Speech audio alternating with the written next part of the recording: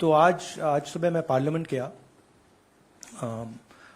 और मैंने स्पीकर से कहा कि मैं पार्लियामेंट में बोलना चाहता हूं, अपनी बात रखना चाहता हूं।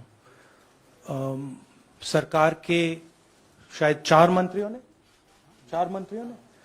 मंत्रियों ने मेरे ऊपर आरोप लगाया है, हाउस में आरोप लगाया है, तो मेरा हक है कि मुझे पार्लियामेंट हाउस में अपनी बात रखनी देनी चाहिए।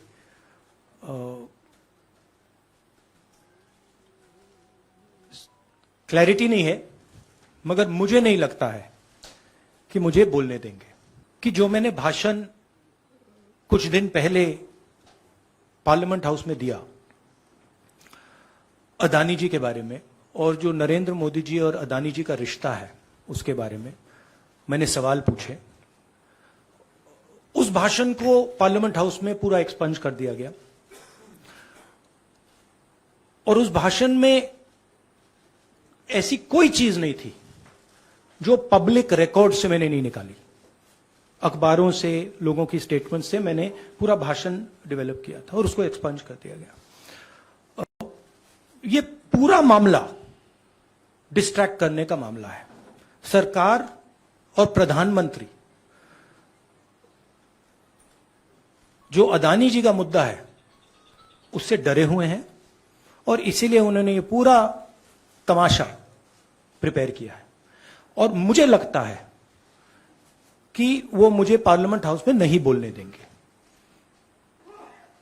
क्योंकि जो मेन सवाल है वो अभी भी टेबल पे है।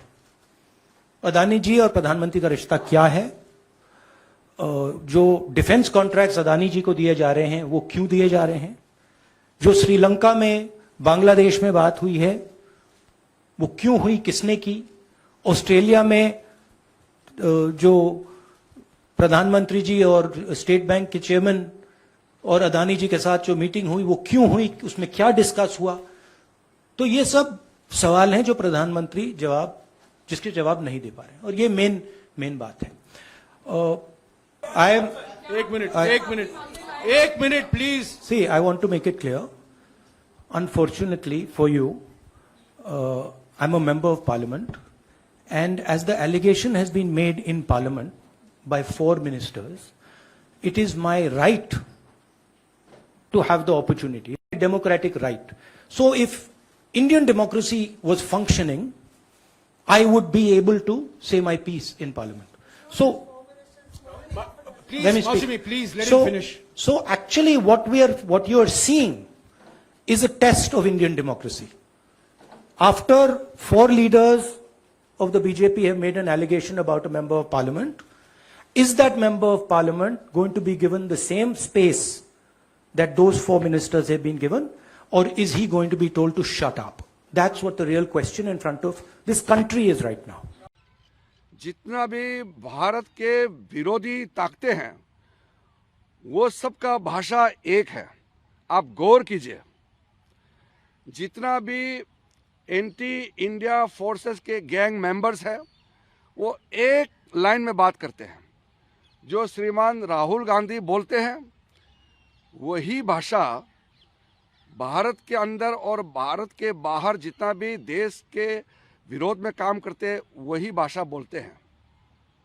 और कुछ समय के लिए ये छोड़िए कि हम मेंबर ऑफ पार्लियामेंट है या किसी पार्टी के, कि आप मीडिया के हैं, एक बार हम लोग एक भारतीय होने के नाते भारत को बदनाम करने वाला का खिलाफ में सबको आवाज़ उठाना चाहिए। हम लोग सत्ता में अपने आप नहीं आए। मोदी जी अपने मर्जी से प्रधानमंत्री नहीं बने हैं। हमारे लगभग 140 करोड़ का आशीर्वाद से मोदी जी इस देश का प्रधानमंत्री बने हैं। और आज पूरा दुनिया कह रहे हैं कि मोदी जी का विचार, मोदी जी का दूरदृष्टि और मोदी जी का काम करने का तरीका ये देश के लिए और दुनिया के लिए मिसाल है। ये सब मानते हैं, ये हम नहीं कह रहे हैं। लेकिन उस प्रधानमंत्री को भी अनाप शनाप बात करके बदनाम करने का कोशिश करते हैं।